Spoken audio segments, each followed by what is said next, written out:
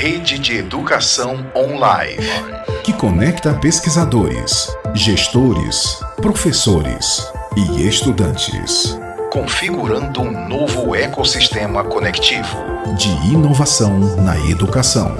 Juntos potencializar-nos enquanto rede que pensa e constrói a educação online. Pense, problematize, proponha, invente, compartilhe, conecte, arrie online e venha co-criar conosco.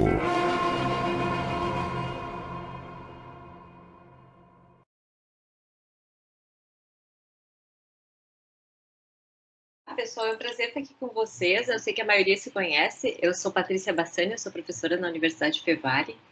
E a Eliane me convidou aqui para participar da rede, enfim, daí eu vim aqui conhecer vocês e hoje à tarde, então, eu vou organizar aqui as apresentações, tá? Então, conforme combinado, nós temos 6 apresentações, 10 minutos para cada um, e depois no final, então, a gente tem mais 1 hora para o debate, tá? Então, vocês podem ir usando aqui o chat para fazer comentários, enfim, as perguntas para depois a gente retomar.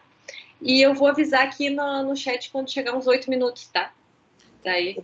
Posso dar um recadinho rápido? Pode. Pessoal, só pedindo para que no final da sessão, antes de sair, vocês abram a câmera para a gente fazer a nossa foto, tá? Lembrando que o melhor sorriso vai concorrer ao sorteio de um gato. Um abraço para vocês. Tá, legal. Então, o primeiro trabalho é da Gabriele Alves, do João Paladini e da Eliane Schlemmer, que é Formação Permanente para a Promoção de uma Educação Online. Tudo com vocês, pessoal. Muito obrigado, Patrícia. Obrigado, colegas, pela presença. Meu nome é João Paladini, sou orientando da professora Eliane e doutorando em Educação pela Unicinos. Enquanto eu começo a apresentação aqui, a Gabi vai se apresentar para vocês. Vai lá, Gabi. Isso aí, então, boa tarde, né, a todos e todas. Eu sou a Gabriele, sou dos outros, muitos que estão aqui no grupo de pesquisa Educação Digital, também orientando da professora Eliane Schlemmer. Né, eu tive alguns problemas técnicos pela manhã, mas consegui aqui um computador emprestado, então espero que não tenha problema agora. E deixa eu ver. Então, mas vou seguir. Agora sim está aparecendo a apresentação, achei que estava trancada. E aí, então, já que o nosso tempo é curtinho, eu vou começando a falar, né, a gente falar sobre formação permanente, né, e sobre educação online. Então, esse ano, né, especialmente para nós, ele tem sido um ano, né, para nós que somos professores e pessoas da área da educação, em que a gente, enfim, né, tem percebido a importância de uma série de fatores, enfim, né, que se relacionam diretamente, né, com então, analisar, né, compreender alguns desses fatores, assim, que a gente vive, né, e ao mesmo tempo de tantas críticas, enfim, ao paradigma educacional vigente, né, o modelo de educação que a gente tem, né, que a gente percebe, então, uma necessidade de uma formação que ela seja um espaço, né, onde o educador ele possa se perceber e se assumir, né, porque educador como pesquisador. Então, o trabalho que a gente traz aqui para apresentar para vocês, né, ele tem como objetivo analisar, então, de que maneira a formação permanente, que é esse conceito que ele vem de Paulo Freire, né, e que a gente está justamente analisando agora para ver como esse conceito ele se constitui dentro da nossa pesquisa do que a gente faz no GPGru na formação de professores. Então, a gente trabalha, né, dentro de um dos projetos com a formação de professores do município de São Leopoldo, e foi justamente nesse contexto, né, que nós desenvolvemos a pesquisa aqui e o trabalho que a gente vai apresentar aqui para vocês. Isso, João. Tá, para mim não está aparecendo bem a tela, então tu pode continuar.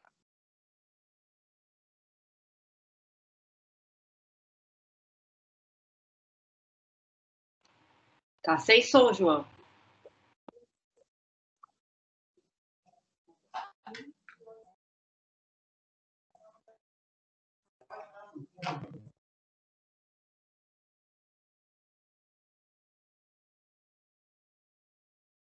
Oi, vocês me ouvem?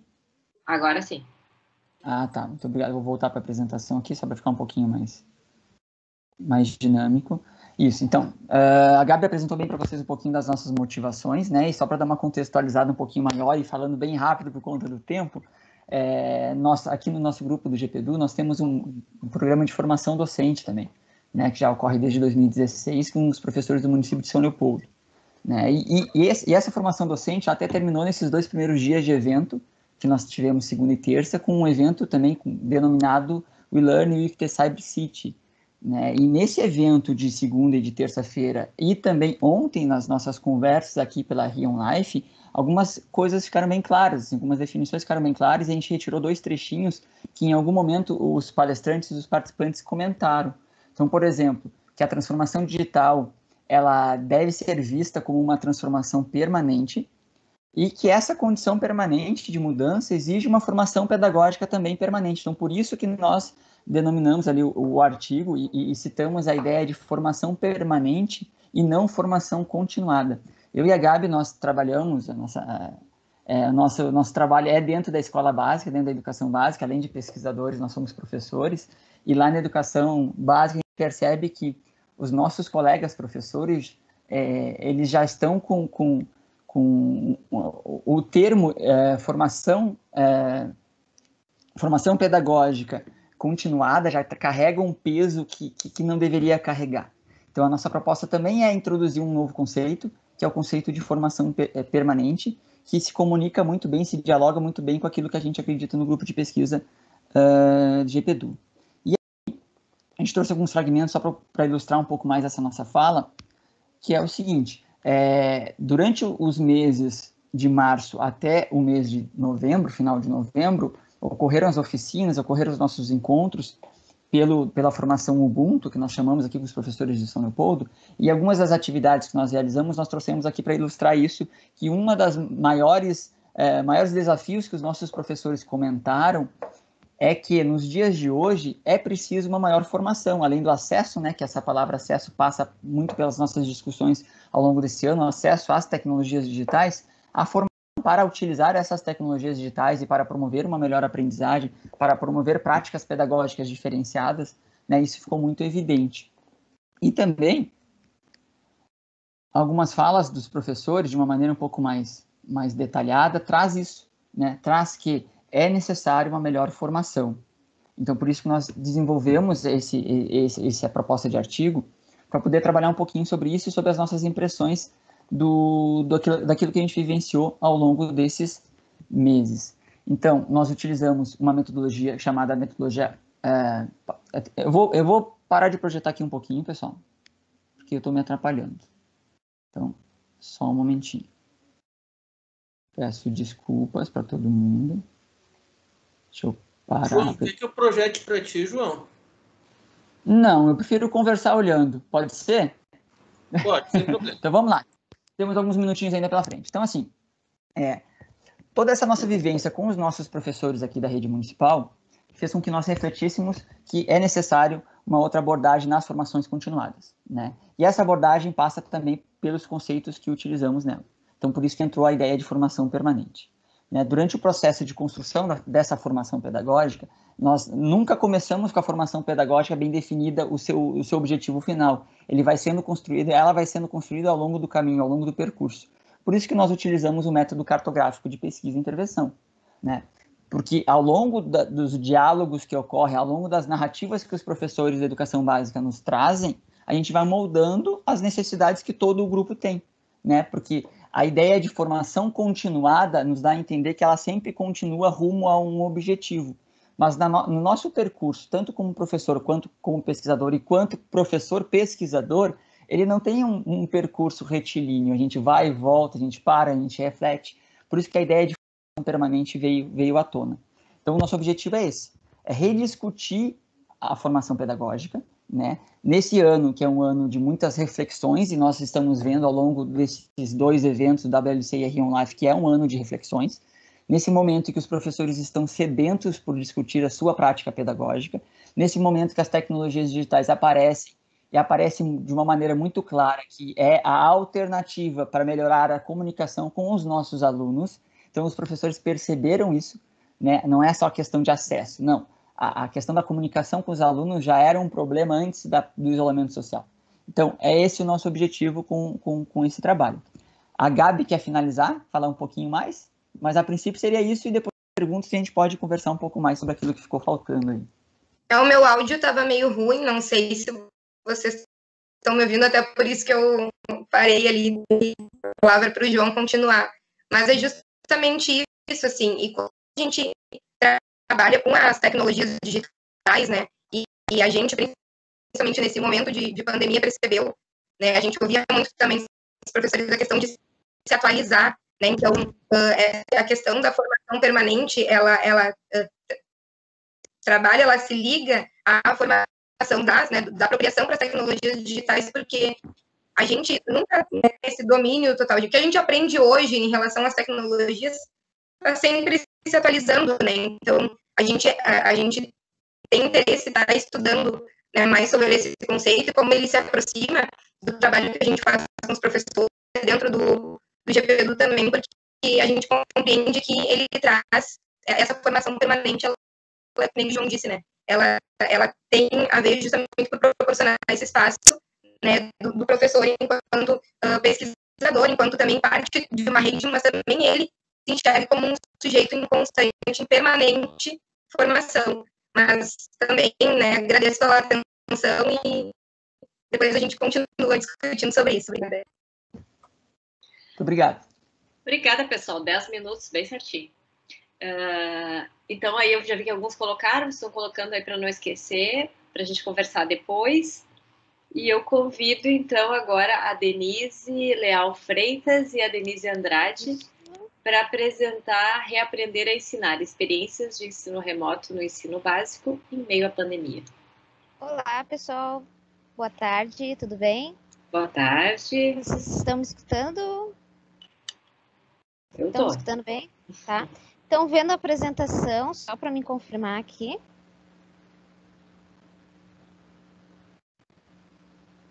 Sim ou não? Ainda não. Ainda não.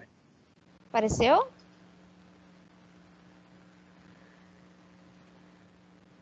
Deixa eu ver. Não? Não. Peraí. Deixa eu ver se está aparecendo, não. Eu coloquei ele no apresentar, tá, pessoal? Só para mim não me confundir, tem uma partezinha de apresentar, né? Compartilhar a... Isso, aí tem que escolher o que tu vai compartilhar aí. Tá.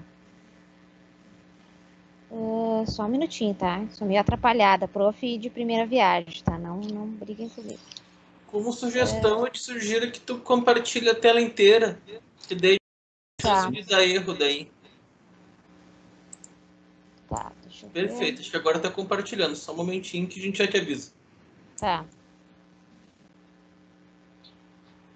Foi? Não? Agora deu. Tá aparecendo pra nós. Foi? Deu. Ok, ali Reaprender a Ensinar, né? Isso aí. O título, tá. Ok, muito obrigada, então. Bom, pessoal, vou me apresentar. Eu sou professora da Rede Estadual de Esteio, tá? Ensino Fundamental. Sou uma professora em, como é que eu vou dizer assim, em formação continuada, porque eu já tenho doutorado em História, mas eu estou fazendo já no 3º ano de graduação em Geografia na Unipampa, tá? Eu e a minha colega Denise, que não pôde comparecer aqui, ela é formada em Letras e é mestre pela UBRA também.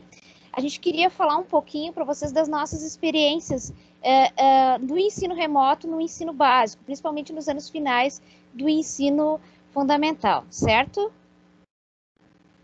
Tá passando os slides? Só me confirmem, por favor. Estão me escutando? Sim, tá passando. Tudo certinho, Denise. Obrigada. Então tá. Bom, os objetivos, né? O nosso objetivo nessa apresentação é mais tratar, não tanto da questão teórica, mas colocar um pouco da nossa prática. Como que a gente conseguiu adaptar as nossas aulas, né, dentro desse contexto de ensino remoto? De que forma a gente teve que reaprender a dar aula a partir de todas essas ferramentas tecnológicas que nos apareceram, que a gente teve que se apropriar de forma bem simultânea com as aulas, né? Bom, o contexto escolar, né? Apresentando um pouco a escola para vocês. A escola se situa em Esteio, né? Se denomina Escola Estadual de Ensino Fundamental Santo Antônio Maria Clarete. Para quem não sabe, a nossa Diris acabou de apresentar, que é a Gabriele, né? É o ensino básico, tem o ensino básico das séries iniciais e ensino fundamental, aproximadamente 266 alunos, 21 professores, cerca de 5 funcionários. Ela está atuando na comunidade há praticamente 63 anos, né? Atualmente, qual o nosso principal desafio? É justamente tentar evitar que ela se torne municipalizada, a mobilidade de tornar a qualidade do ensino sempre recorrente também para os professores. Algumas vezes o quadro fica incompleto, enfim, são os desafios que a gente acaba encontrando, né? Também a gente tem como diferenciais ter um grupo docente bastante unido, um quadro bastante qualificado academicamente, alunos que participam de eventos municipais, estaduais, algumas premiações. Então, esse é o contexto escolar, tá? Autores âncoras, né? Alguns autores que me fizeram pensar e analisar um pouco essa trajetória de docência durante esse período, né? O Libânio, justamente nesse período que vai falar dos desafios de ser docente na atualidade, além de toda a carga pejorativa e questões de ordem mais práticas, salariais, tem toda essa questão da vivência docente em tempos de pandemia. Aí entra justamente o Boaventura para mostrar os desafios de educar nesse período, principalmente com as desigualdades sociais tão tangentes em todas as demandas, tanto do professor quanto dos alunos, né? Freire também, que é o básico, cerne do nosso trabalho, que vai mostrar justamente a precariedade que a gente tem nessa valorização do docente e quanto que isso implica, né, na empatia com o professor e com o aluno, quanto que isso é importantíssimo para que a prática seja repleta de significado, né? Outros autores aqui que eu não vou entrar em detalhe, porque essa não é a ideia teoria, mas sim explicar e tentar trazer um pouco para vocês das nossas experiências, é justamente mostrar um pouco, discutir essa questão da teoria versus a prática curricular, o que se tem no papel e o que se coloca em prática, a questão dos professores, a dificuldade desses professores em graus e níveis de educação diferente para a formação online, né? E também trazer o livro, né, Em Defesa da Escola, uma questão pública, que é tentar um pouco resgatar a valorização da escola pública, né, que é tão... A gente se esmera tanto numa formação acadêmica, numa formação continuada, numa educação de qualidade e, pejorativamente, no senso comum, nós somos muito agredidos, né? Os desafios de ordem macro que a gente teve enquanto professor nessas experiências, né? As medidas outorgadas que vieram um pouco de cima para baixo, da SEDUC e da CRE, a sobrecarga descomunal de trabalho, a adaptação ao home office, que era uma novidade até então para nós, o aprender de forma imediata essas ferramentas virtuais, como o Classroom, se adaptar antes dos alunos e ter que ensinar os alunos também. Então, a gente teve que adaptar também as relações professor-aluno, aluno-professor, direção-professor, aluno-direção, porque, enfim, toda a comunicação se tornava virtual, né? A imprevisibilidade, constante realização e confirmação do trabalho realizado, né? A precariedade, enfim, física, psicológica, salarial dos docentes, que implicava também a gente adquirir sanidade mental e física para poder dar conta de todos esses desafios, né? Os desafios de ordem microestruturais, né? Também dá conta de toda essa logística, né? Ou seja, em casa não é fácil trabalhar, tem toda a dinâmica do lar, filhos, pets, trabalho doméstico, lazer, enfim... Faltas de equipamentos, eu tive que trocar o computador, porque as minhas gravações dos Meets ficavam horríveis, né?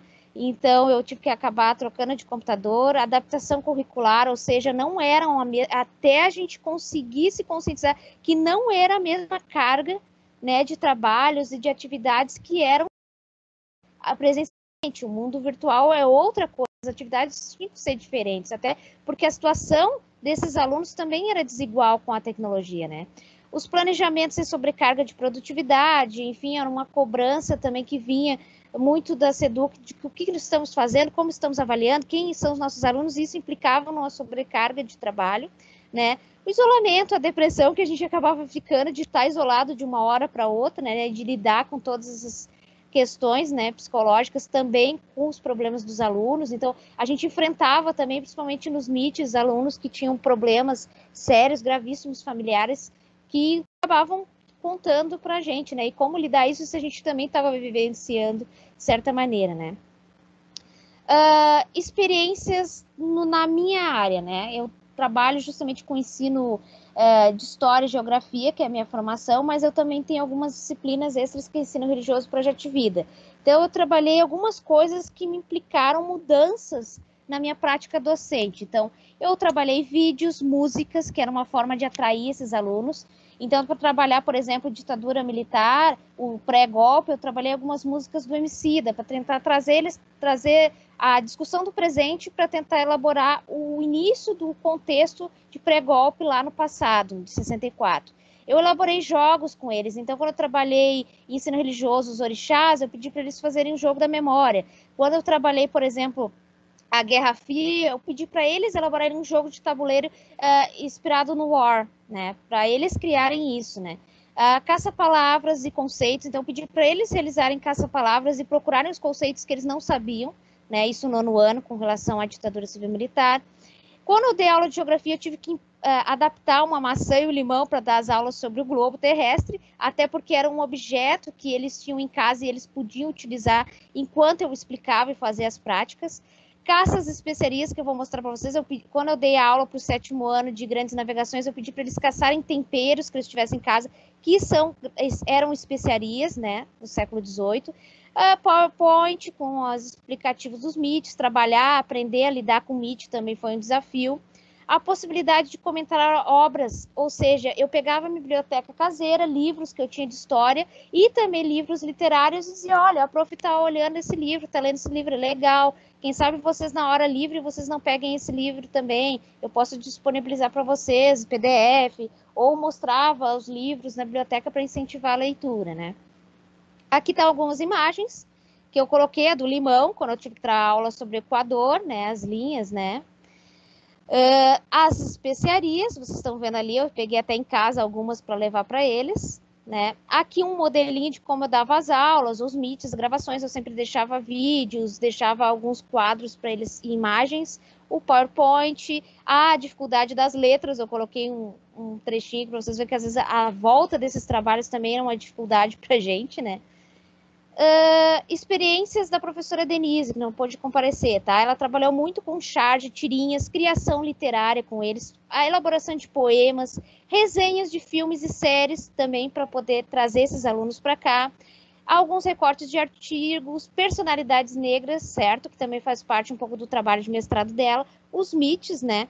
Contos literários em que eles também tinham que apresentar nos MITs, né? Então, isso é um pouco da apresentação dela.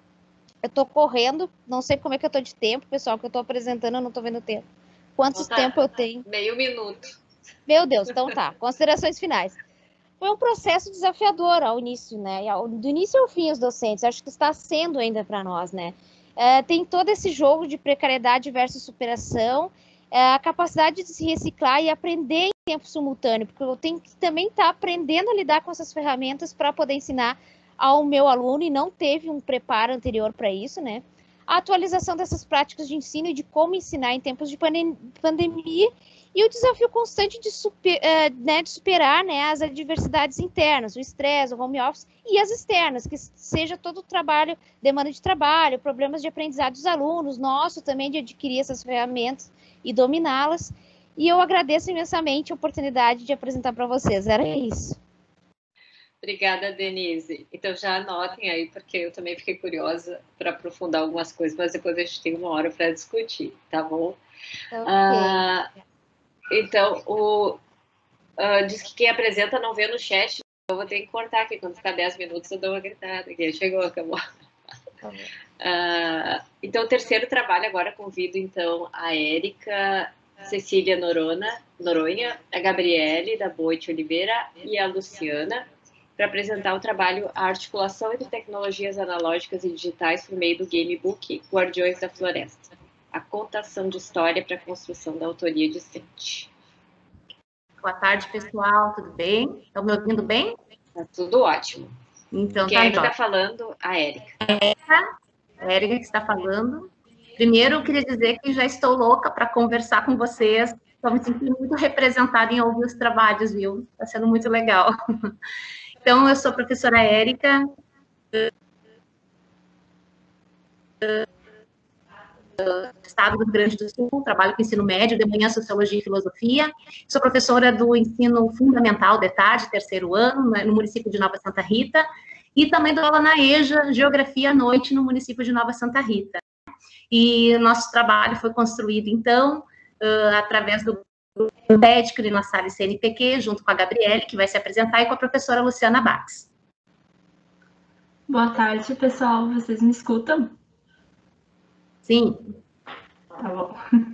Então, eu sou a Gabriele, eu sou bolsista de iniciação científica pela FAPERGS, também estou no grupo COTEDIC e sou orientada pela professora Luciana Bax. Então, gente, vou começar a apresentar o nosso trabalho. Nosso trabalho é a articulação entre tecnologias analógicas e digitais por meio do Gamebook Guardiões da Floresta, a contação de história para a construção da autoria discente. Esse trabalho a gente vem realizando com a minha turma de terceiro ano do ensino fundamental, com os alunos pequenininhos, então, lá em Nova Santa Rita, né, que é o município onde eu trabalho. A Gabi vai passar para nós. Bom, então a gente, com todas as dificuldades, né, que a educação brasileira, né, vem enfrentando, a educação, principalmente a educação pública, né, no Brasil vem enfrentando, a gente também vem conhecendo aí bastante pesquisas que vem trabalhando com, procurando novas metodologias, novas práticas pedagógicas, buscando, então, um diálogo, né, entre o conhecimento acadêmico e as vivências nas salas de aula da educação básica. Então, esse está sendo o nosso principal objetivo quando a gente se propôs a fazer esse trabalho. Então, o principal objetivo, né, de fazer essa articulação entre os conhecimentos dos nossos alunos, né, da educação básica com a universidade, é esse desenvolvimento, então, né, da autoria, o exercício da legitimidade, a construção, então, do conhecimento, né, dos nossos alunos. Então, a partir desses objetivos, desses apontamentos, é que a gente procurou fazer, então, desenvolver esse trabalho com as crianças do terceiro ano. Pode ir passando, Gabi.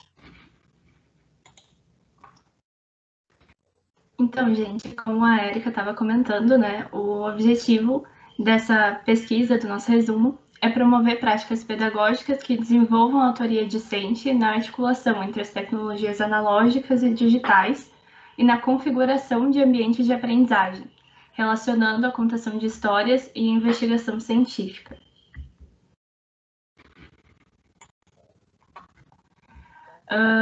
Vou falar um pouquinho da nossa metodologia, né? Então, esse resumo ele surge vinculado com a nossa pesquisa, que é o recontextualizar as ciências e a contação de histórias para os processos de ensino e aprendizagem da educação básica à formação de professores a nível internacional. Essa pesquisa ela é desenvolvida pelo nosso grupo de pesquisa, o COTEDIC. Ela tem uma abordagem qualitativa, uma metodologia de estudo de caso, e no nosso trabalho aqui, o público-alvo foi a escola, né, da rede pública de Nova Santa Rita, e os dados empíricos que a gente tem utilizado para a construção, né, do nosso artigo vão ser os registros das atividades dos alunos e o diário de observação da professora.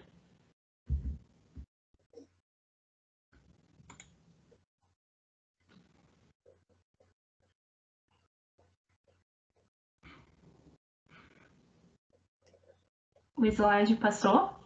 Agora sim, Gabi. Bom, pessoal, então, as atividades desenvolvidas com os alunos, né, a gente procurou fazer essa articulação entre o Gamebook Guardiões da Floresta que é um gamebook que toda a história ela se passa na floresta amazônica. Então, ela contempla, esse gamebook, ele contempla elementos de gamificação, então, com regras, com missões, com recompensas, e também com uma narrativa interativa, né, por meio de minigames. Então, o que a gente procurou fazer? A gente procurou incentivar a questão da contação de histórias, né, que gera emoções, que incentiva a imaginação, que desenvolve a ludicidade com as crianças, apresentando essa narrativa do gamebook, né, nesse formato, para que a gente pudesse também desenvolver essas novas tecnologias digitais. Lembrando que os meus alunos, esses alunos que participaram, então, dessa atividade, são alunos que têm pouco acesso, né, às tecnologias digitais. A escola não tem acesso a tecnologias digitais, nós não temos computadores na escola, não temos tablets, né? Esse acesso só foi possível através da participação do grupo de pesquisa, então os tablets são do grupo de pesquisa, então as crianças tiveram esse apenas em função dessa parceria com a universidade. Então, a gente aí já começa toda uma discussão, né, como os colegas já comentaram, inclusive, nas suas apresentações, sobre a questão do acesso, que é um dos desafios que nós temos a enfrentar nesses momentos que nós estamos vivendo, né. Aqui a gente começa o nosso trabalho com uma gincana analógica. Como nós não temos esse acesso no cotidiano dos nossos alunos, nós começamos o trabalho com 13 desafios na quadra de esportes, né? Então, nós apresentamos os personagens do gamebook que eles não conheciam ainda, nós colocamos esses personagens distribuídos na quadra, né, de esportes, tanto os personagens folclóricos, como algumas paisagens da floresta amazônica também, sem eles saberem, né, que eles iriam conhecer depois no gamebook, e eles foram desafiados, então, a tentar nos dizer de onde que eles já tinham visto esses personagens, se eles já conheciam, se eles tinham algum conhecimento prévio sobre esses lugares, sobre esses personagens. Então, a gente usou Maturana e Varela ali, né, nesse momento, para reforçar a questão do viver, é conhecer, e conhecer é viver. Lembrando, então, que as vivências e os conhecimentos prévios dos estudantes são muito importantes. Então, a gente quis legitimar esses conhecimentos prévios desses estudantes a partir dessa gincana analógica. A gente trabalhou muito com o corpo, muito com os saberes deles a partir dessa gincana analógica.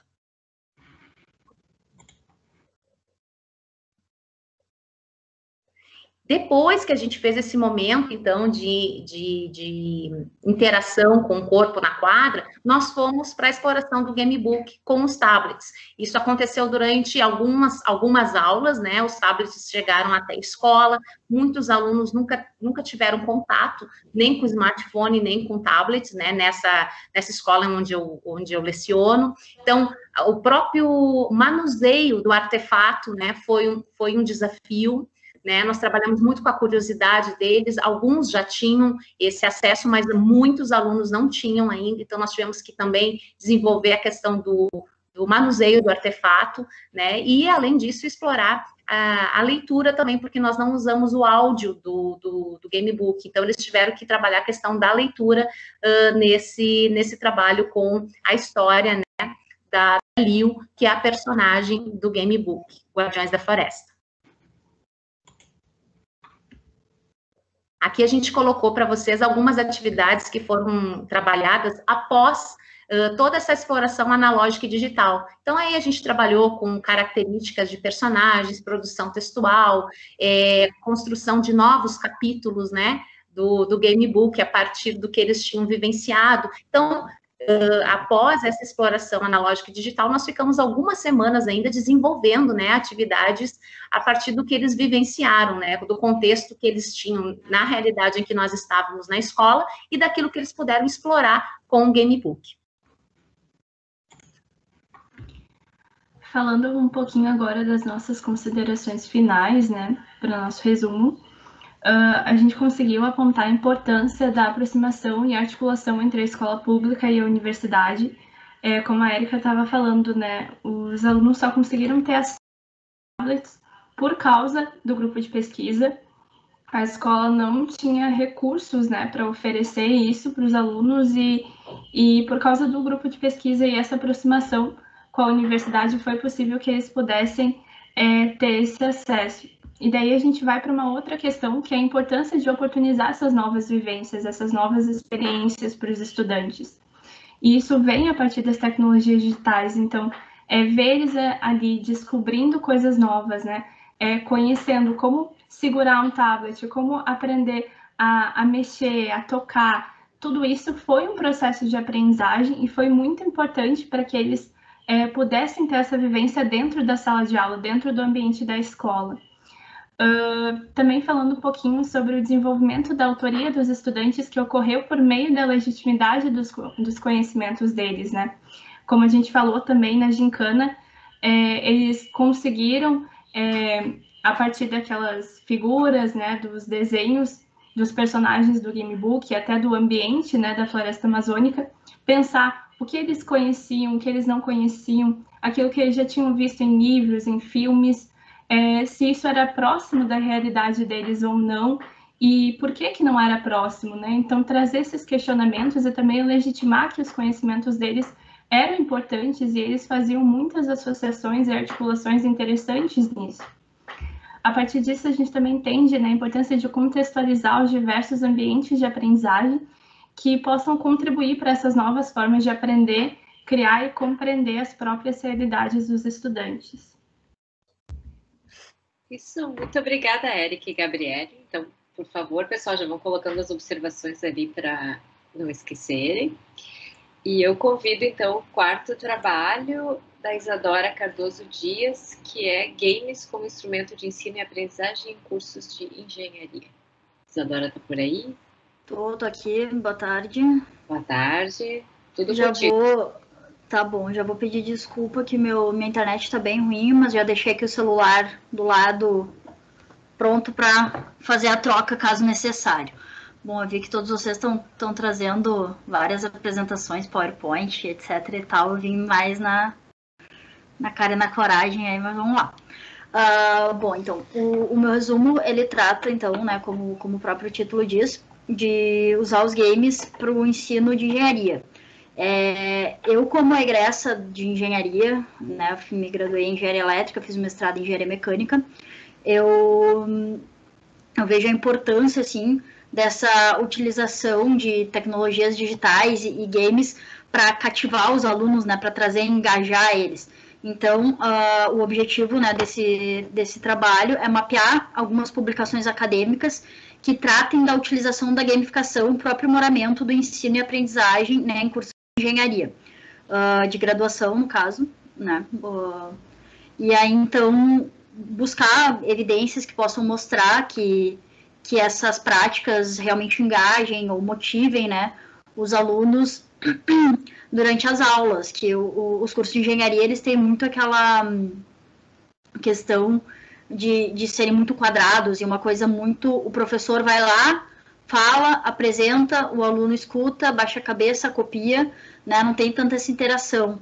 Então, a ideia é realmente essa, assim, trazer um pouco de verificar o que tem sido feito, né, em disciplinas e qual o benefício que isso pode trazer para o ensino, né.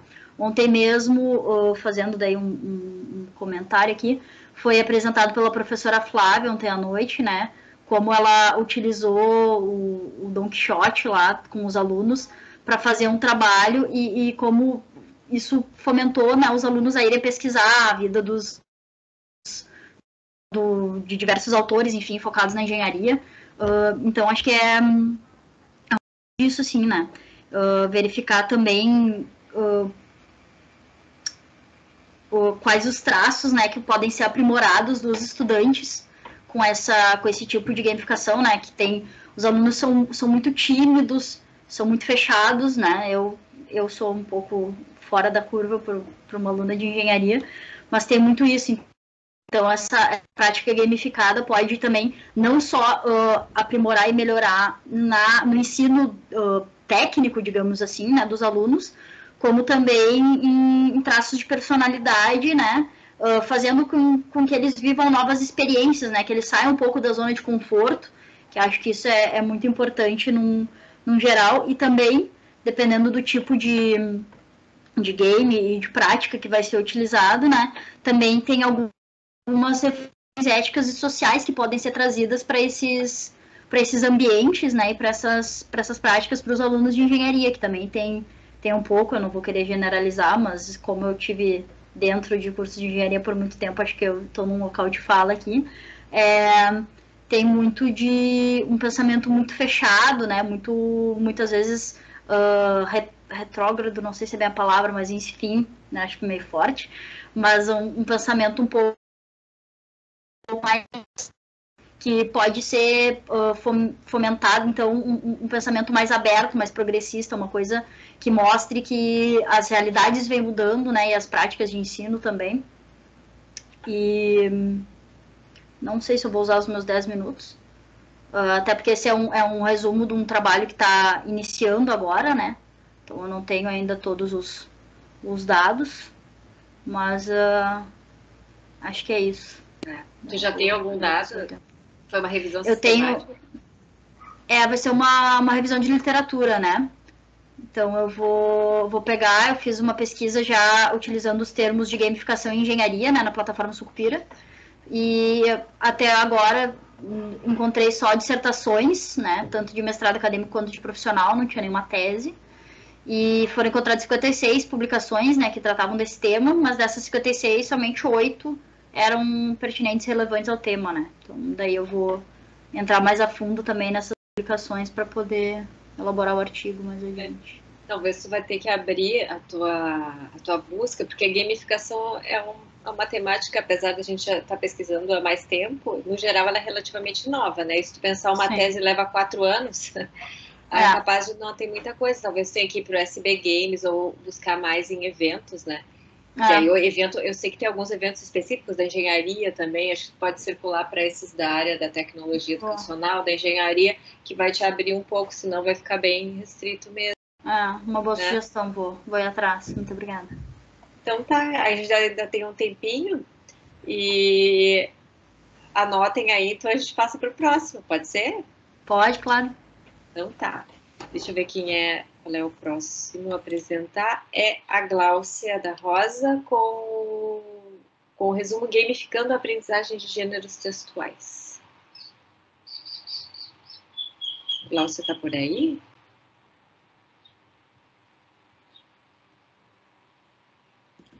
Acho que não, Patrícia. Não, vocês conhecem ela? É só da Gláucia. Então, a gente passa para o próximo. Eu não sei se ela estava aqui, caiu ou não estava. Enfim, então a gente tem aqui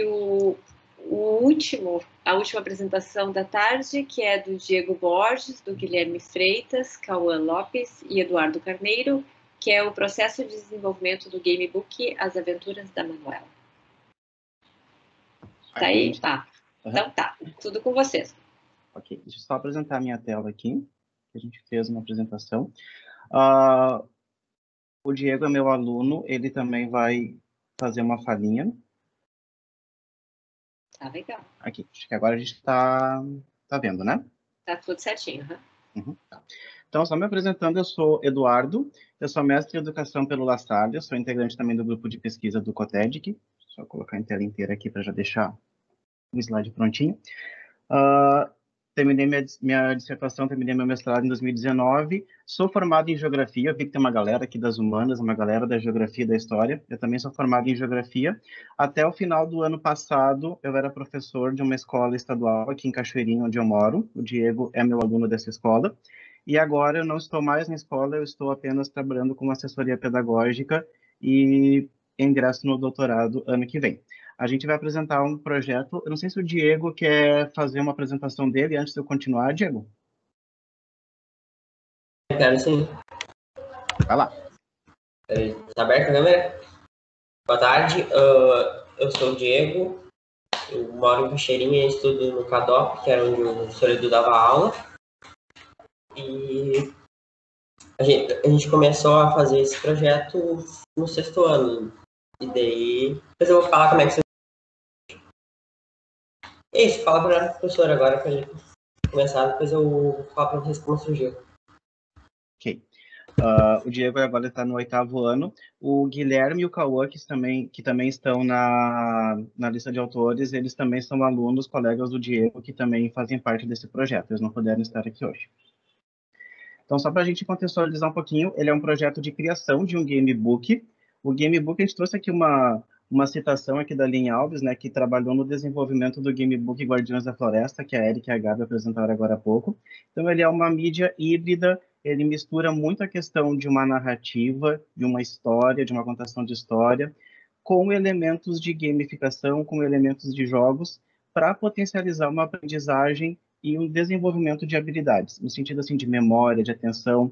O Guardiões da Floresta, por exemplo, ele é um jogo muito utilizado para trabalhar com crianças com TDAH, e a gente pretende também criar um gamebook inspirado em uma história da literatura infantil, que é a história As Viagens de Manuela, As 1001 Histórias de Manuela, que é uma menina que ela come páginas de livros e ela vai aos poucos se transformando em um livro.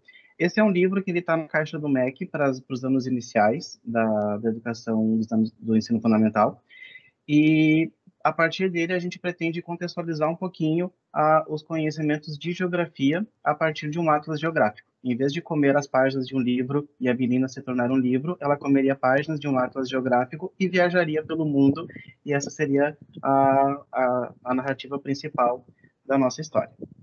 Então, acho que o Diego agora vai contar um pouquinho de como isso começou.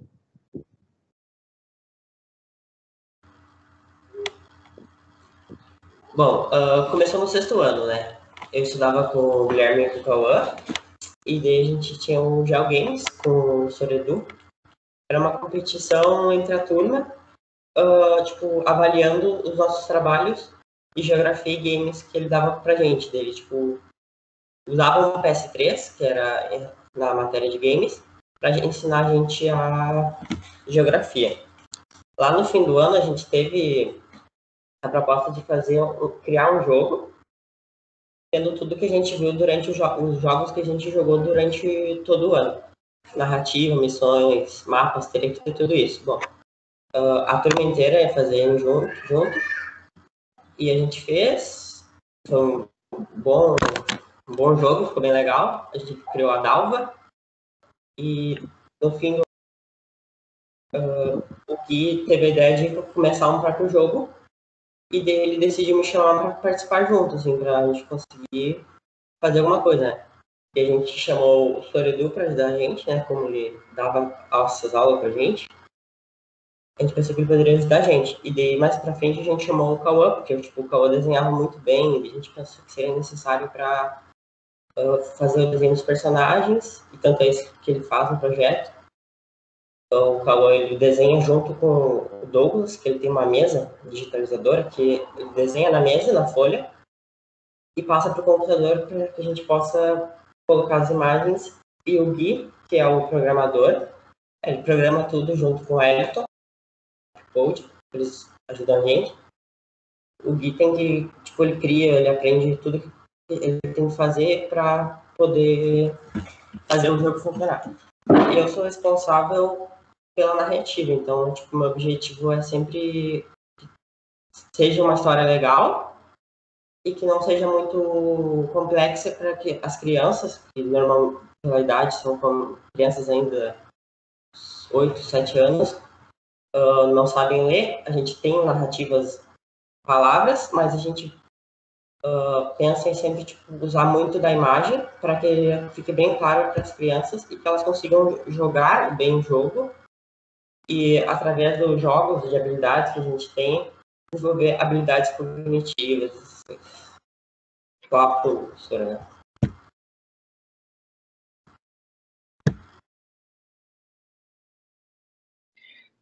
Então, o objetivo é trabalhar com o desenvolvimento de um gamebook que depois vai ser utilizado pelas crianças ali de 1º, 2º e 3º ano no ensino fundamental, para desenvolver um pouco essa questão tanto de narrativa, como também a parte, tanto de questão tecnológica também, que é importante nesse momento, como também esse conhecimento geográfico. Eu sou professor de geografia, eu sei que quando chega no 6º ano, às vezes, tem alunos que já vêm com um bom embasamento ali dos anos iniciais, mas tem alunos que a gente tem que reforçar muito porque são conceitos que não são muito trabalhados ali nos anos iniciais. Então, é um pouco também com esse objetivo que a gente pretende criar esse gamebook. Eu não estou vendo o chat, Diego, se a Patrícia colocar que faltam 8 minutos, tu abre o teu microfone e dá um grito aí, por favor, tá? Faltam 4 ainda. Ah, tá, beleza. Obrigado. A gente pensou inicialmente em uma lista bem grande assim de locais que seriam explorados. Inclusive, quando a gente pensou nesse projeto lá no começo, lá em 2017, em 2018 ainda, a gente pensava em vários países diferentes. O foco seria a Manuela visitar lugares com paisagens diferentes. Aos poucos, a gente foi reduzindo um pouco, porque a gente viu que sem o conhecimento técnico muito grande, a gente não conseguiria fazer um jogo muito complexo da forma como a gente imaginava. Então, a gente foi reduzindo um pouco a quantidade de locais, e a ideia é que a Manuela vá comendo páginas de um atlas e vá visitando esses locais até conseguir voltar para casa com um atlas geográfico completo.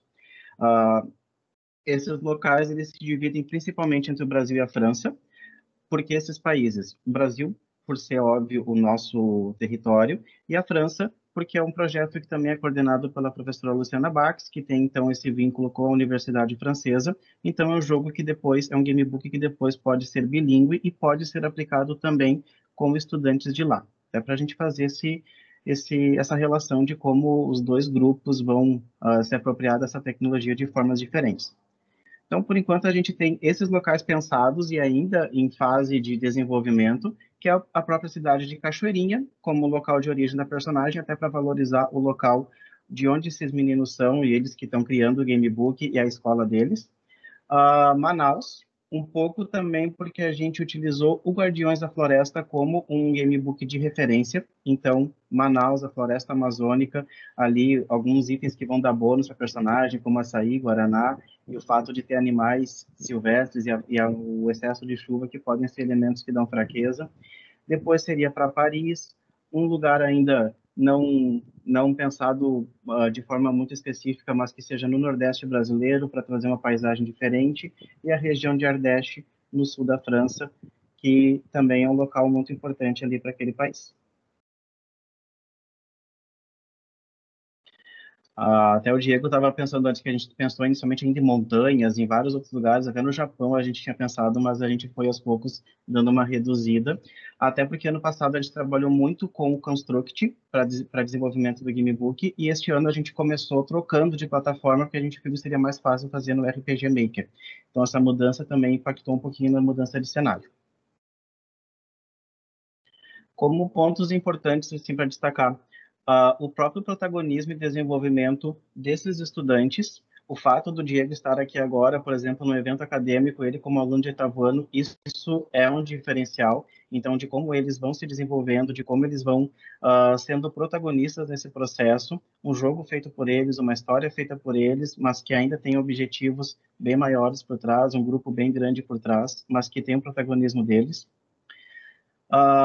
Infelizmente, uma instituição escolar que muitas vezes não percebe as iniciativas que ocorrem dentro do seu próprio espaço. Então, a gente tinha a disciplina de games ali para trabalhar a geografia, como o Diego falou. Essa disciplina ela não existe mais na escola, por questões de que foi dado uma prioridade. A tecnologia não foi vista como prioridade na escola no final do ano passado. Algumas disciplinas caíram fora. Não sei se este ano talvez tenham mudado de ideia. E a situação atual do projeto, desde março ele está suspenso. A gente pretendia fazer ele já para este ano, mas a gente pretende fazer ele para o final do ano que vem, porque como os encontros são presenciais, nem todos eles têm computadores em casa, a gente precisava dos encontros presenciais na Rapcode, que é a Escola de Tecnologia aqui em Canoas. A gente optou por manter a segurança deles nesse momento, dos meninos, e então o projeto ele está temporariamente paradinho, mas ele vai voltar ainda ano que vem. A gente espera, com vacina. E ano que vem a gente espera vocês, então, para o gameplay. Não sei se o Diego quer complementar mais alguma coisinha, não sei como é que a gente está de tempo. O tempo fechou agora, mas nós temos mais uma hora para discussão, então se o Diego quiser falar. Só fechar aqui a minha...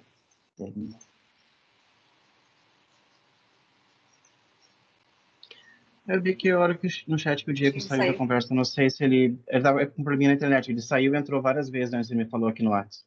a pouco ele volta. Gente, é um prazer conhecer esses projetos incríveis aí, essa pesquisa aplicada é inspiradora e motiva a gente. As coisas acontecem, porque às vezes a gente quando começa a ver esse cenário de notícias e pandemia, que as escolas estão paradas, que as coisas não estão acontecendo, né? E são enfim, todos esses desafios que vocês colocam aí de diferentes contextos de pesquisa, né? Na escola pública, em espaços institucionais, enfim. Então, eu queria abrir agora para quem quer começar, se alguém tem alguma pergunta específica, ou se alguém quer falar um pouquinho mais do seu projeto, a gente tem 1 hora aí para discutir. Quem quer começar? Ó, o Cláudio ali. O Cláudio levantou a mãozinha. Olá, me ouvem? Sim. Olá, pessoal. Eu não vou saber agora o nome da pessoa que apresentou, mas foi a segunda apresentação.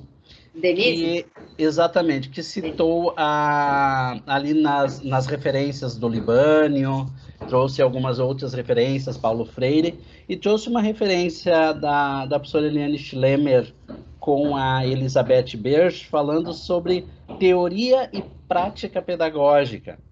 Eu gostaria que quem estava apresentando, se possível, falasse um pouquinho mais exatamente dessa questão, teoria e prática pedagógica, o que exatamente chamou a atenção que usou como autor âncora nesse trabalho. Posso falar? Por favor. Tá.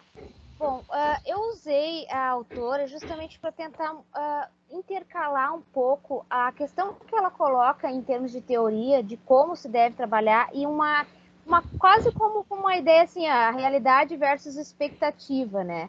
Na verdade é isso, porque na hora de colocar em prática muitas coisas que nós gostaríamos de colocar, se torna muito complicado, principalmente numa situação de né, estadual, em que a desigualdade social dos alunos, o acesso que eles vão ter é muito complicado. Por exemplo, atividades que eu conseguia fazer na plataforma com os alunos online, nem todos eu conseguia, porque tinha uma leva de alunos, por exemplo, que acabavam pegando todo o material mais assim, de forma padronizada na escola impresso. Então, eles acabavam ainda reproduzindo aquele método arcaico, ainda muito limitado no livro didático, na pesquisa, que era o que eu tinha por hora. Eu não tinha como, por exemplo, disponibilizar para eles, já que a internet era precária para eles, o acesso ao computador também era, vídeos ou outras possibilidades mais tecnológicas, outras ferramentas para esses alunos que buscavam impresso. Então, a autora me ajudou nesse sentido, de mostrar um pouco aquela discussão entre a prática e a teoria. A expectativa, bom, eu quero alcançar todos os alunos de forma com todas as ferramentas possíveis, mas eu tenho que adaptar a realidades diferentes, né? A alcances diferentes. Isso eu via refletido, por exemplo, até mesmo na proporção e no tempo que cada professor procurou para se adaptar e ter. Eu tive que trocar de computador, por exemplo, né? Só que eu tive essa oportunidade. Será que todos os diferentes, em graus de formação e por exemplo, em tempos, né, idades tecnológicas, por exemplo, diferentes, será que todos conseguiam alcançar como eu tive, por exemplo? Rapidamente, eu tive o privilégio de estar fazendo, estou fazendo Geografia AD pela Unipampa. Então, eu conheço o Moodle, eu conheço algumas determinadas ferramentas que, vamos dizer assim, me facilitou esse processo remoto. Já outros professores estão a tempo, seja por N motivos, eles não têm uma formação continuada, né? Então, isso são questões que me fizeram pensar através do trabalho da autora. Não sei se eu te completei, né? Sim, Denise, muito obrigado. Era isso. Obrigado, viu? Eu não sei se eu levantei a mão. Tem a Gabriela e o João. Eu não sei se vocês vão conseguir me escutar.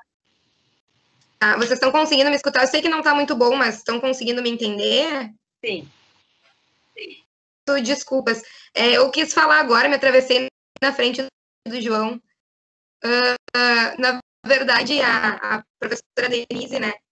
Ela é professora, ela é uma colega de trabalho também, ela trabalha na escola em que eu sou diretora no momento, né, e a gente conversou durante todo esse período, né, e eu disse até comentei com ela ali separado que eu fiquei, assim, muito orgulhosa, assim, e de certa forma eu me sinto até emocionada, porque foram tantos desafios que enfrentou, né, e muitas vezes a gente discutia, e eu trouxe, né, por ser orientando da Eliane, eu trazia, e enfim, toda a formação do grupo, a gente discutia, assim, toda essa questão das tecnologias e de tudo que a gente gostaria e pensava em fazer, e muitas vezes a gente acabava tendo a limitação da falta de recursos, tanto dos nossos alunos quanto nossas também, né? Eu mesma, a gente brincava ali no início, antes de começar, em função do meu computador, né? Que foi, eu tô aqui com o computador minha boca, com um áudio horroroso, né? Então,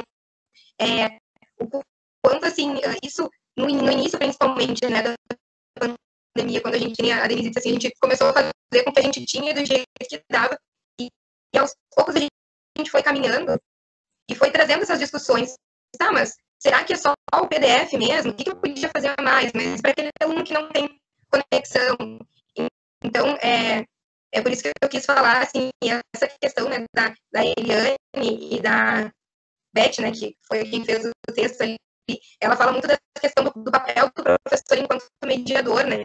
E para nós, assim, a gente vê, às vezes, é o que a gente gostaria de fazer, acho que foi nesse sentido que eu entendi também, né? Por isso que eu venho complementar junto, não fiz esse trabalho com elas, mas estou me metendo aqui para variar.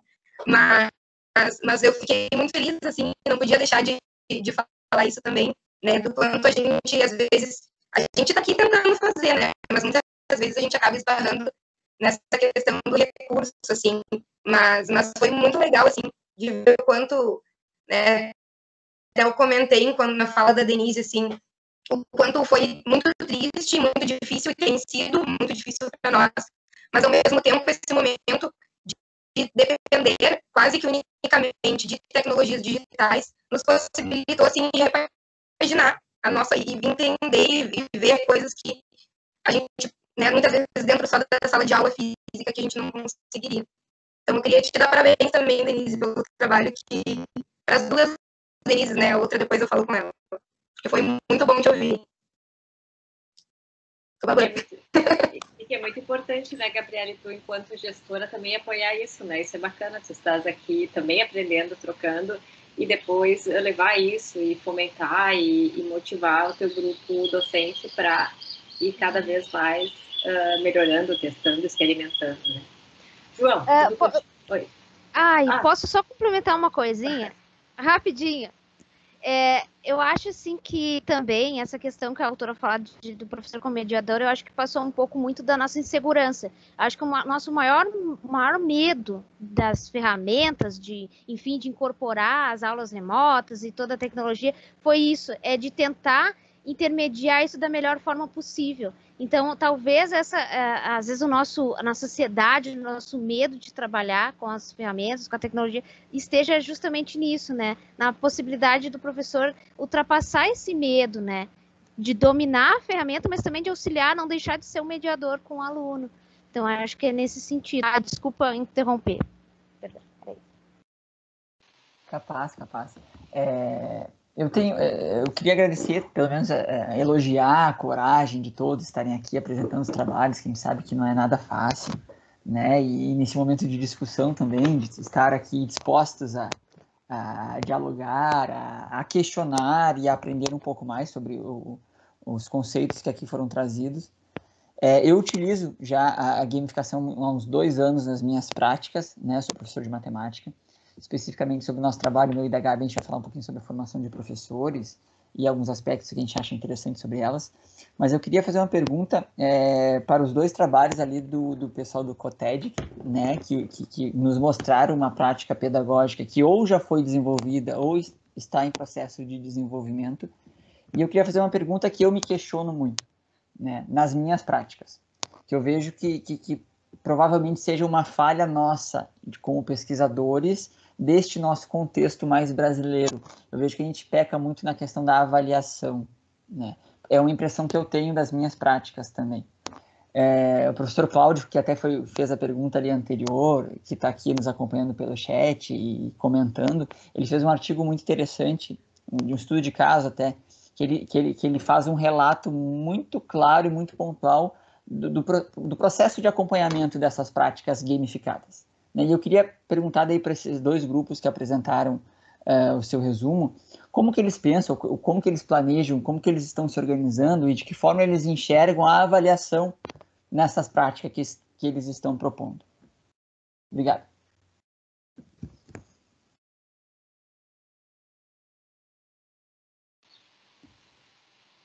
Então tá, acho que a Érica ou a Gabriele, e depois... Não, essa não é, né? Agora eu me perdi quem é do Cotia. É vocês, né? Podemos começar, prof. Bom, nós fizemos essa atividade no final do ano passado, no finalzinho do ano passado, antes da pandemia, né? Foi no final do ano passado que nós fizemos a atividade com os alunos. Então, nós fizemos todo esse processo com os alunos, tanto na parte da gincana, a parte analógica, né, de atividades com eles nas quadras, etc. E depois nós fizemos também essa atividade com o Gamebook. Depois, a gente foi desenvolvemos essas atividades, então, em sala de aula, com mais umas 2 ou 3 semanas de atividades a partir daquilo que eles foram desenvolvendo. Então, eu também concordo contigo que a questão da avaliação é uma coisa que nos perturba ainda muito enquanto docentes, né? Eu acho que a avaliação é o que mais mexe conosco, porque muitas vezes nós planejamos as nossas atividades, nós fizemos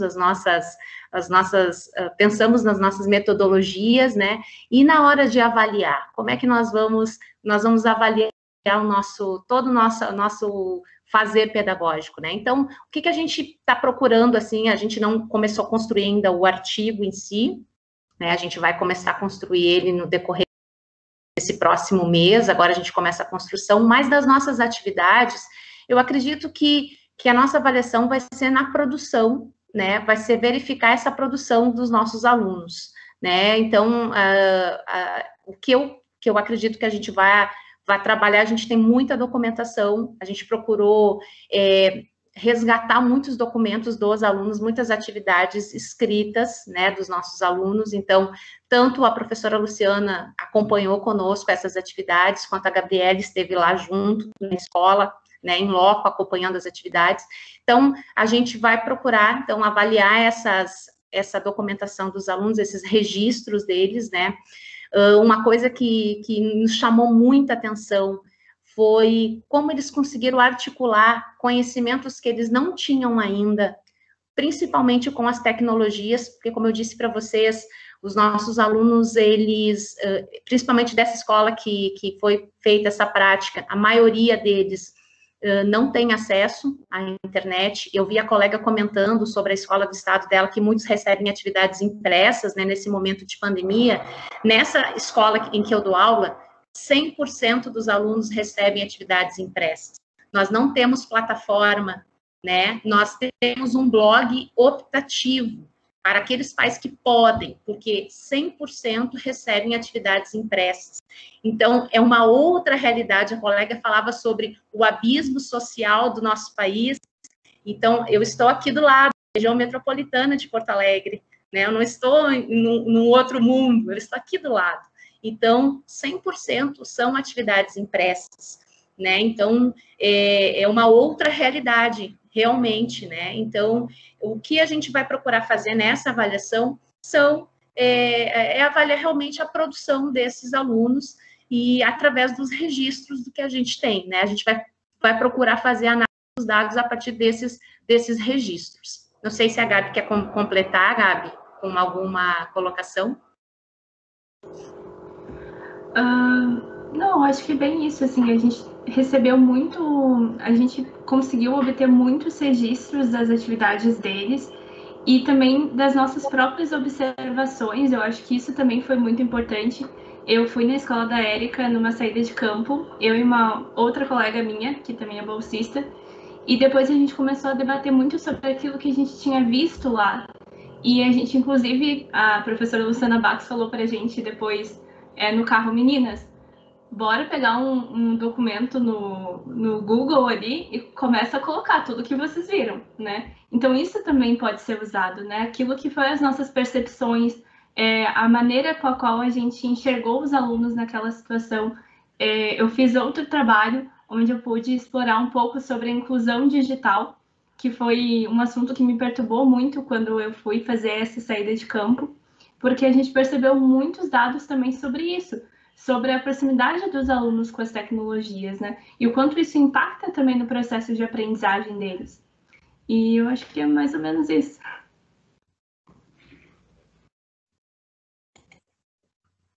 Falar um pouquinho do Gamebook, então. Ele não está sendo pensado com essa ideia de ser um instrumento avaliativo. Ele é como mais ou menos a Érica fez ali, né? Ele é um instrumento para se usar, para a partir dele se desencadear também outras atividades, outros instrumentos que também podem ser usados para contemplar a avaliação desse estudante. A Érica usou ali o Gamebook do Guardiões da Floresta e fez atividades remetendo ali a questão da Amazônia e tudo mais. Mas mesmo assim, dentro dele, a gente, por mais que os 3 meninos eles estejam trabalhando com o professor de programação ali da REP, mas a gente ainda tem um grupo de professores ali do projeto Recontextualizar, que eles estão ali, de vez em quando, dando seus pitacos assim, de como é que pode ser a narrativa, porque ninguém sabe mais do que se espera de um aluno de primeiro, segundo, terceiro ano, do que os professores que dão aula para esses alunos. Então, eles é que vão nos orientando, assim, que tipo de bacana para a gente poder desencadear, então, outras atividades para se fazer depois. Então, esse grupo ali, que a Érica também faz parte desse grupo, é quem está nos auxiliando para pensar essas atividades. Não sei se respondi a pergunta. Oi, Eduardo, eu fiquei curiosa que tu disse que tinha uma matéria em games. Como é que é isso? Uma disciplina de games que tinha na escola? Tinha, infelizmente, no passado mesmo. Diego tá aí, porque se você quer falar um pouquinho sobre o que a gente fazia em games. É uma escola estadual, municipal? É uma escola estadual, é um colégio agrícola aqui no município de Cachoeirinha, na divisa com Canoas. Inclusive, os aviões atrapalham a gente bastante aqui na Baseli. E essa disciplina era uma espécie de parceria com a Happy Code? Ou não? Ela era um projeto da escola mesmo. Tá. Deixar o Diego falar. Peraí, deixa eu ligar. Era uma disciplina normal, tipo qualquer outra, só que o senhor tipo, ligava com geografia, tipo, era muito legal, porque a gente usava o PS3 para aprender geografia. Tipo, os jogos com mapas, a gente utilizava para aprender os pontos cardeais que nesse ano a gente estava aprendendo. E, tipo, foi muito bom, porque a gente desenvolvia as habilidades de jogar. Tipo, eu não sabia jogar, e até a interação entre a turma era um negócio tipo, muito legal, assim. No começo, tipo, as pessoas jogavam e tal, mas lá pro final do ano, pro meio, tipo, todo mundo queria participar, todo mundo queria jogar, todo mundo queria fazer tudo. Muito legal, assim, de jeito muito legal. Ô, Diego, e com base na tua experiência, o que tu aprende com isso dá para ser avaliado? Daria para avaliar como uma prova, não sei? Os teus conhecimentos? O senhor não fazia prova, mas com certeza a gente aprendia, sabe? Tipo, ele fazia perguntas durante a aula, aprendendo. Esse do jogo que eu falei dos mapas, tipo, ele perguntava para algum aluno, aleatoriamente, para qual ponto cardeal o personagem estava indo. Tipo, era uma coisa que a gente estava aprendendo, era difícil, mas a gente aprendia tipo, a ver os mapas, entender os mapas. E, tipo, muitas outras coisas a gente aprendeu, assim, com o videogames, essa matéria. Bacana. Obrigada, Diego. Eu queria voltar a pergunta para o João, então. Não sei se alguém levantou mais a mãozinha, mas vou aproveitar que eu estou organizando aqui e perguntar já. João, como é que tu pensa que vocês trabalham, tu e a Gabriele, né, nessa experiência com formação docente, né, formação permanente? Eu acho que esse é o desafio, sabe? Como é que a gente conseguir trabalhar, né, numa formação docente para que os professores possam ver todo esse potencial que o Diego está apresentando agora, né? Como é que vocês sentiram isso? Como vocês estão organizando essa formação de vocês? Eu acho que o João podia falar, olha, eu passando a bola para o meu colega. Mas o João podia falar um pouquinho do WLC, né, João? Porque da questão dos alunos, não sei se o João está... Perfeito, perfeito. Bom, essa formação de professores que nós usamos como campo de estudos, digamos assim, ela já existe, ela é promovida pelo GPDU desde o ano de 2016. A formação, tem até o nome Ubuntu, né? Ele ocorre com os professores da rede pública aqui de São Leopoldo. Em alguns momentos entraram professores de outros municípios, mas ele é basicamente desde 2016 com professores aqui da rede pública de São Leopoldo. E eu entrei, né, eu não era nem doutorando ainda, eu era professor lá da minha escola, da periferia de São Leopoldo, comecei a conhecer o grupo de pesquisa e me dedicar mais e me aprofundar mais nos estudos, e principalmente na questão da gamificação, lá em 2017. E a gente percebe que, primeiro, os professores que entraram em 2016, eles continuam conosco até hoje. Por quê? Porque ela é uma formação que ela se renova por conta dos discursos dos professores que compõem ela, né, das demandas que eles trazem, das narrativas que surgem nas atividades, nos nossos encontros, né? Então ela já se tornou uma formação pedagógica permanente. Ela não é apenas uma formação continuada, como muitas vezes a gente tem, e que nesse ano de pandemia os municípios já nos impuseram muitas formações continuadas de temas diversos, onde ninguém mais aguenta tantas discussões sobre assuntos diferentes, assim. Então essa formação permanente ela já existe. O que a gente quer é discutir ela, né, refletir sobre o que vem ocorrendo nesta formação que o grupo de pesquisa proporciona e tentar definir alguns conceitos, avançar um pouco nessa ideia que a gente tem de formação continuada para uma formação que precisa ser permanente, porque as mudanças que ocorrem tanto na questão das tecnologias digitais, mas eu digo mais na questão do convívio, do contato com os alunos, se transforma o tempo todo. Então também a gente precisa se renovar o tempo todo, né? E aí isso foi muito bonito, porque quando a gente pensou e imaginou esse artigo, não havia ocorrido ainda o evento do WLC segunda e terça-feira agora que passou, né? A gente vem acompanhando as produções dos professores, essa relação que se cria com os alunos nesse ano muito difícil, mas nos anos anteriores também. E quando iniciou o evento do WLC na segunda e na terça-feira, a gente se surpreendeu com aquilo que foi nos, digamos, apresentado naquele momento. Os alunos relataram a sua visão sobre como estava a escola, sobre como eram os projetos desenvolvidos por eles, né, na escola e com os professores, essa necessidade de se dar voz ao aluno, né, e as tecnologias digitais muitas vezes nos proporcionam enxergar o que o aluno enxerga também, a gente viu em algumas práticas isso aparecendo muito bem. Na terça-feira, os professores relataram as práticas que desenvolveram com os alunos e foi muito bonito perceber que existe um avanço muito grande no uso das tecnologias digitais.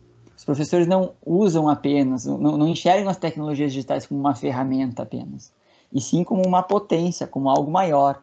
E eu gosto muito de trazer o exemplo da matemática, que é a minha área, porque quando nós, mais antigos, nem todos, né, mas mais velhos, a gente imagina uma continha de multiplicação, por exemplo, quando a gente pede para fazer uma continha de multiplicação na nossa cabeça, a gente imagina o mesmo formato daquilo que a gente escreve no papel. Um númerozinho em cima, um númerozinho embaixo, fecha o olho, se concentra e faz todo o algoritmo que a gente faz no papel, que era uma tecnologia utilizada e ainda é muito utilizada. Mas os nossos alunos, eles avançaram nesse sentido.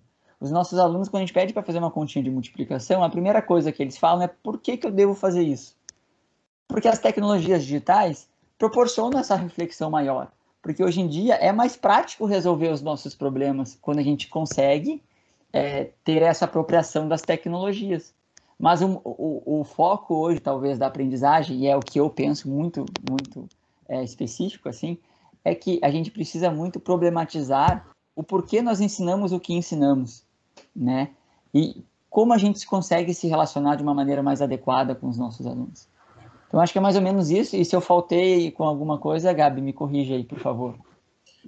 Não, acho que é perfeito, assim, uma das coisas que a gente até, como a gente comentou também, né, essa ideia da formação permanente, ela surgiu para nós, assim, há pouco tempo, na verdade, né, porque e a gente achou, assim, analisando e pensando nesse trajeto da formação, os professores que acontece, né, no GPDU, a própria questão da metodologia da formação, né? Os professores que participam, né, eles não entendem que seja assim um curso, digamos assim, né, que eles vão por mês com temáticas, mas é um caminho, é um percurso, né? Não é uma coisa obrigatória, por exemplo, né? Muitas vezes os professores vinham justificar para a gente, eu não consegui participar desse mês porque eu tive um problema. Tranquilo, né? Porque esse mês talvez o professor não tenha conseguido participar, mas no próximo mês ele vai, e daqui a pouco ele vai retomar, porque ele sentiu necessidade de alguma coisa que ficou para lá. Então, esse movimento, né? Essa metodologia que a gente vem trabalhando dentro da formação, né? Que a gente vê que acaba se encaixando com esse conceito de formação permanente, né? A gente é um trabalho em rede, né? Não é excludente, uma coisa não exclui a outra, né? E é um trabalho que ele é colaborativo, ele é cooperativo, assim, né? A gente trouxe ali uns exemplos também no slide, né? Dos próprios comentários dos professores, assim. Então é só para complementar nesse sentido, assim, né? Que essa formação ela se caracteriza também por isso, né? E eu acho que esse caminho, assim, de buscar o professor que tem interesse em se envolver, né? Eu já tive também várias experiências de, às vezes, fazer parceria diretamente via Secretaria de Educação com alguma escola, e aí tu se envolve lá e acaba não tendo aquele engajamento do corpo docente, porque nem todo mundo tem interesse, enfim, né? E eu também já me dei conta deste movimento de fazer o contrário, né? Abrir para quem tem interesse e não alguma escola específica, alguma coisa assim. E isso devagarinho vai mobilizando, né? Porque aí um determinado sujeito lá, um professor, começa a fazer um trabalho bacana, né? A gente começa a dar visibilidade nesses diferentes eventos, essas formas de apresentar trabalho, empodera ele também, né? Empodera, motiva os colegas, e eu acho que isso vai gerando engajamento. Acho que é por aí mesmo que a gente tem que começar, né? Fazer esse movimento de buscar os engajados, né? Os interessados e aqueles que vão tocar essa transformação digital aí nas escolas e fazer tudo que vocês vêm fazendo aí, apesar da falta de infraestrutura, de tecnologias e tal. Então, isso é outra coisa também que eu acho que nós temos, assim, que é um diferencial nosso, eu diria até, de brasileiros, né, assim, dessa experiência que a gente já... Porque a gente não tem tecnologia. Então, a gente tem que ser criativo. Então, a gente tem que fazer muita coisa com pouco, né? Tem que fazer uma turma, tem que trabalhar mais colaborativo, tem que trabalhar em grupo, tem que trabalhar na parceria, né? Porque a gente vai ter 1, 2, 3, 5 tablets para 30 alunos, né? Então, todo aquele movimento de um computador por aluno, com a gente não é assim, né? São muitos alunos para um equipamento, né? Então, o desafio da configuração, porque não é específica, né? Da troca. Então, eu acho que a gente acaba fazendo trabalhos excelentes, né? Com essa restrição de infraestrutura. E acaba ficando esses trabalhos criativos de autoria, né? Tanto autoria docente quanto autoria discente, que são incríveis, né? E eu acho que o negócio da gente é cada vez mais mobilizar e botar isso para a rua, divulgar para mobilizar cada vez mais colegas, né? E até uma das coisas que a gente...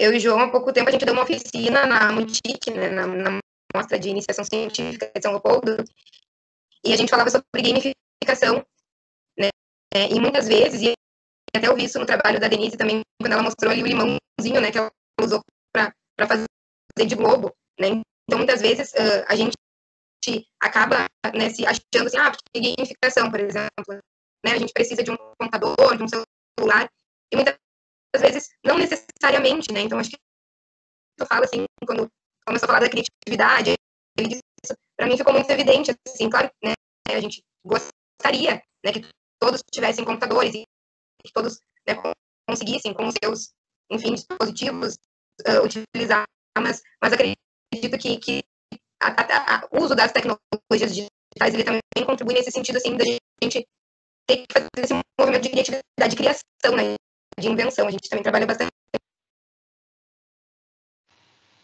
E acho que a gente consegue ver isso muito na educação básica e agora fica presa agora também, porque com a pandemia a gente fala muito do professor de educação básica, que tem que mudar, mas temos que fazer também a crítica aos professores universitários, né, que parece que aí a gente está ali a tendência e, bom, a gente faz tudo para engajar o aluno na educação básica, chega no ensino superior, eu sou professora e vou trabalhar minha aula aqui do meu conteúdo, né?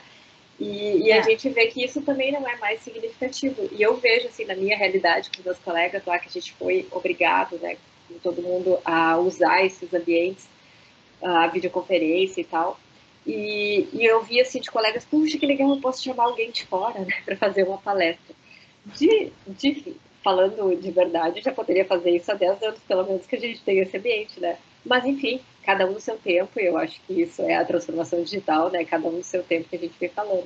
E acho que tem bastante trabalho aí, a Isadora, acho que lentamente vai aparecer mais conteúdo para ela aí também. Eu acho que tem muito disso, né, vem todo esse trabalho de base aí que a gente vem vendo nesses 4 dias aí também, né, desde o WLC, agora no Rio Live também.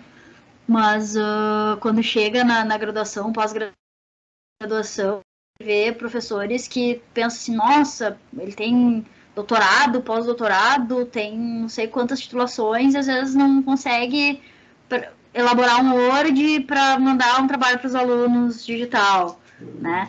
Então, assim, eu acho que se for pensar em gamificação, que nem a Gabi falou ali, às vezes nem só na parte da tecnologia digital, de um computador, de um jogo, mas às vezes não necessita disso para o professor universitário também poder cativar os alunos, né? Às vezes tu pode fazer um jogo de tabuleiro, né, numa disciplina de graduação, ou algo, né, no quadro, uma coisa mais física, assim, né, não tão virtual, e mesmo assim eles não têm essa motivação, assim, né, não tem essa abertura deles, né. A maioria dos professores, eu tive, claro, professores muito bons que usavam, assim, várias outras práticas, né, para fazer a gente ficar ali presente, né, de fato presente, mas tem muitos que não, eu vou ali, vou passar minha matéria no quadro e tá bom, e é isso, ou vou passar lâmina, eu até pouco tempo tinha professor com lâmina mesmo, assim, retroprojetor, que isso eu lembro de quando eu tava na escola, né? Então, assim, ou abre um PDF do livro e fica lendo na aula, isso passa PDF pro aluno, ele não precisa ir pra aula fazer isso, né? Acho que falta, né, um pouco.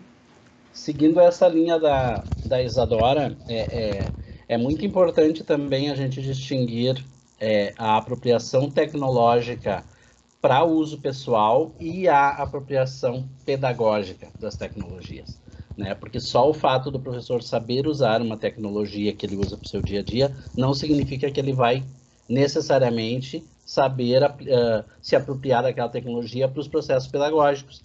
Se fosse assim, hoje nós não teríamos mais professores saindo da universidade sem apropriação pedagógica das tecnologias. E tem porque há menos de 3 anos eu fiz um estudo e tem professor da nossa idade, de 30 anos, de 25 anos, saindo de cursos de formação, que é isso que a professora Patrícia estava falando, saindo de cursos de formação de professores sem apropriação pedagógica, né? Então, não é uma questão de que só os professores que já têm um pouco mais de caminhada é que têm dificuldade. Não é exatamente assim. Eu gosto muito de pensar na ideia de por que eu faço o que eu faço, né? Por que eu estou utilizando a gamificação nas minhas aulas de matemática? Ou por que eu vou utilizar tecnologias digitais nas minhas aulas?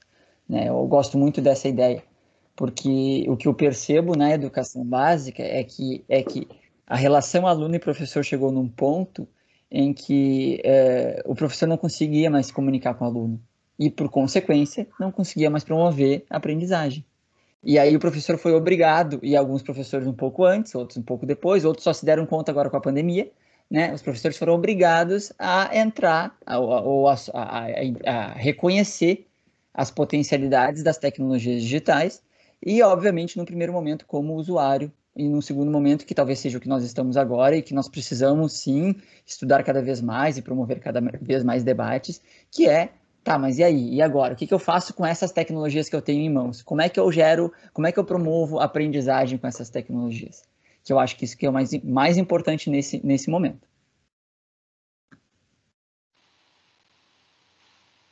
Denise? Isso, eu acho que entrando um pouco no debate e o que os colegas estavam falando, eu acho que tem a ver a apropriação com ferramentas, né, da tecnologia, o envolvimento que tu tens de como que tu vai ensinar aquilo para o aluno, sabe? Então, por exemplo, quando eu usava o limão, ou quando eu usava o jogo de tabuleiro, eu estava pensando em formas de como, com toda a dificuldade que aquele aluno tinha, com toda a situação pandêmica, com toda essa mudança brutal de uma hora, vamos dizer assim, como que eu ia fazer para ele se transportar daquela sala da casa dele, com mãe, criança, enfim, como é que a gente ia se transportar para um momento só nosso, sabe? Como que eu ia levar aqueles 10, 20 que estavam comigo ali para as grandes navegações, por exemplo? Como é que eu ia pegar um 7º ano com um monte de coisas fora da sala de aula chamando a atenção deles?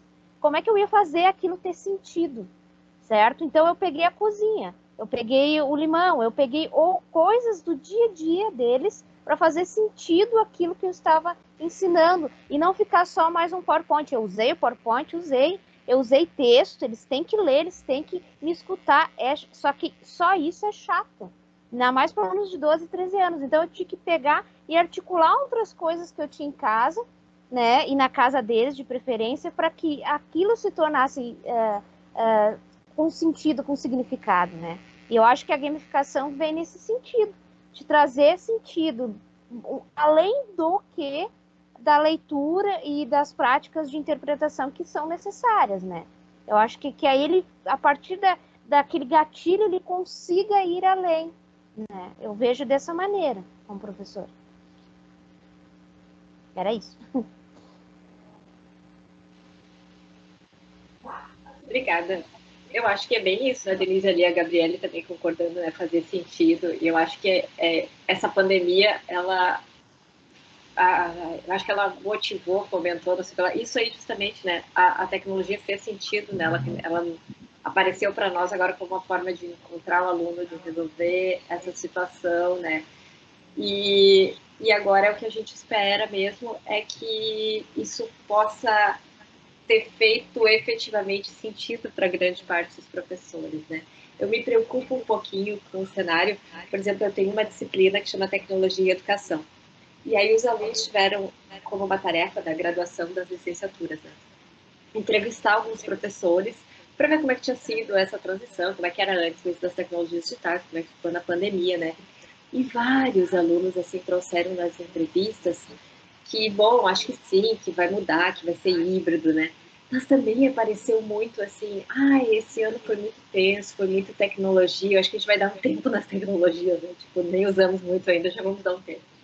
Então também tem uma coisa muito tensa, assim, de, precisamos do olho no olho, né? Como se fosse uma dicotomia agora, e como se esse movimento que estamos vivendo agora, tudo online, fosse o real, né? Que também não é isso que quando a gente fala em tecnologia, talvez seja isso que a pessoa imagina, né? E o que a gente imagina também é diferente em termos de uso das tecnologias. Então, a minha impressão é que esse ano, assim, foi um pouco revelador para as pessoas, né? Que a gente... caiu a ficha, né? A gente precisa usar, né? Tá aí, isso nos potencializa de maneira. E o desafio é agora como que eu vou incorporar, como o Cláudio disse, né? Eu já aprendi a usar, já falo com os meus amigos, né? Já peço comida, já namoro, já faço tudo pela internet, né? Agora, como é que eu vou exercitar isso no meu fazer, né? Enquanto docente, para estimular e fomentar essas capacidades, as habilidades, ou como vocês quiserem chamar, as competências digitais desse sujeito, em prol aí no movimento de uma cidadania digital, né? Então acho que essa é a mudança, né? Agora, bom, já usamos, né? Sentimos, né? E agora como transformar isso nesse momento de efetivamente aplicar e fazer essa transformação, esse movimento lindo que vocês estão fazendo aqui. EB aqui, alguém quer falar? Eu, prof, só queria complementar, na verdade, o que a colega estava falando, a Denise estava falando agora, sobre a questão do restabelecer vínculos, né? Eu acho que é mais ou menos isso, assim, não ser uma coisa ou outra. Na verdade, eu acho que é esse caminho que a gente vai ter que seguir daqui para frente, né? Então, o restabelecer os vínculos a partir de uma nova construção. Então, por exemplo, nas minhas turmas de ensino médio, eu tenho praticamente 100% dos alunos conseguindo acessar as plataformas, ao contrário das turmas dos pequenos. Então, é uma outra realidade, que são as turmas de ensino médio. Então, eu comecei lá primeiro só com vídeos, porque eles não participavam dos meets. Aos pouquinhos, a gente foi começando com os meets, participando 3 ou 4, daqui a pouco 15, agora já tem os 36, porque eles também sentiram falta, né? O limão ali que ela falou, eu lembrei muito, assim, de trazer coisas que a gente fazia em sala de aula e que eles sentiram muita falta, que eram os debates, né? Que é a minha vez de falar, então a mãozinha, assim, foi muito utilizada, né? Coisas que a gente tinha o costume de fazer e que foram criando novos significados, que lá no físico, às vezes a gente não dava o devido valor e que eles também foram dando outros valores quando a gente foi perdendo, né, aquela possibilidade de ter no dia a dia. Então, eu acho que para esse novo momento, é a gente restabelecer esses vínculos, novos vínculos, diversas formas de vínculos, na verdade, né, e não escolher um jeito ou outro. Na verdade, a gente vai ter que tentar avaliar diversos tipos, né? Eu vivo um momento bem ambíguo, assim, porque eu não vejo os meus pequenos desde março, eu não enxergo eles desde março, eu só recebo folhas, né? Desde março, eu recebo cartinhas, né? Todos os meses, mas eu não os vejo. Então, é muito triste para um professor de anos iniciais não enxergar os seus alunos, né? Então, eu realmente eu passo por um momento bem difícil, né? Porque não ter esse contato com eles é muito difícil. Um ano inteiro sem poder ter esse contato, né? Com os do ensino médio eu consegui ter, com os da EJA à noite, mesma coisa, porque também é impresso. Então, são momentos que a gente está enfrentando enquanto professor, né?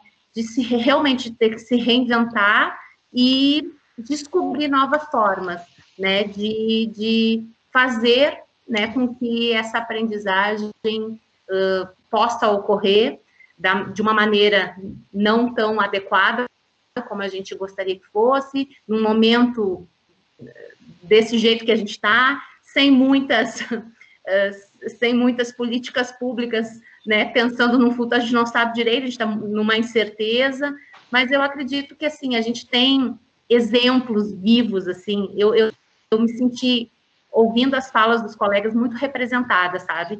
Eu queria, assim, sair batendo palmas para eles, assim, porque eu me senti representada pelos meus colegas aqui, ouvindo eles falar das suas práticas na escola pública. Então, isso me deixa feliz, de saber que eles estão, que a gente tem feito diferença, mesmo com tudo que a gente está vivendo, né? A escola pública, ela tem feito sim, a diferença mesmo nesse momento que a gente está vivendo e com esse abismo social que a gente vive. Era só um comentário, um desabafo mesmo. Então, vamos fazer isso, Érica. Vamos bater palma para nós, né? Para você. A gente merece, né? Vamos verdade. Foi um ano diferente, né? Um ano verdade. Um ano difícil. A gente não sabe o que vem por aí, mas essa parceria, essa esperança, esse estudar e ter esse grupo e esse coletivo é muito bom, né? É verdade. Eu não sei se mais alguém quer comentar alguma coisa, a gente ainda tem tempinho, nós tivemos um trabalho a menos, então a gente tem aí 10 minutos, ou senão a gente aproveita para tirar a foto, que tem que ter a foto, tem um formulário aí que fica passando no chat se todo mundo preencheu ou não. Isso, pessoal, só lembrando então que é muito importante preencher o formulário, é ele quem garante o certificado da apresentação, tá? Ele fica aberto só agora, então depois disso a gente não consegue atualizá-lo, tá? Então, por favor, preencham antes de saí-lo. Então, lembrando que nós temos o sorteio de um gato, ele vai devidamente embalado para o correio. Eu gostaria só que vocês abrissem a câmera para a gente poder fazer a foto da nossa sala daí. Eu não quero gato, eu dou para alguém. Deixa eu ver, eu não estou conseguindo entrar no modo galeria. Ah, deu, agora foi, só um momentinho. Então ele abre todas as câmeras. Lembrando que esse gato, tá, ele tem o hábito de dormir no caps lock do teclado. Ele apaga os textos, tá?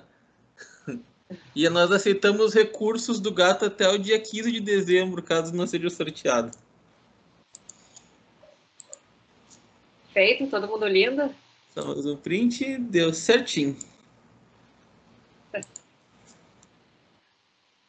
Certo, obrigado. Isso, gente. Fico muito feliz de ter conhecido os projetos de vocês, ter tido a oportunidade de passar a tarde aqui, rever o Cláudio. Eu desejo sucesso nas pesquisas de vocês, né? Nos projetos pessoais também. E, enfim, um bom final de ano aí, que 2021 venha com tudo que a gente merece. De bom. Obrigada, pessoal.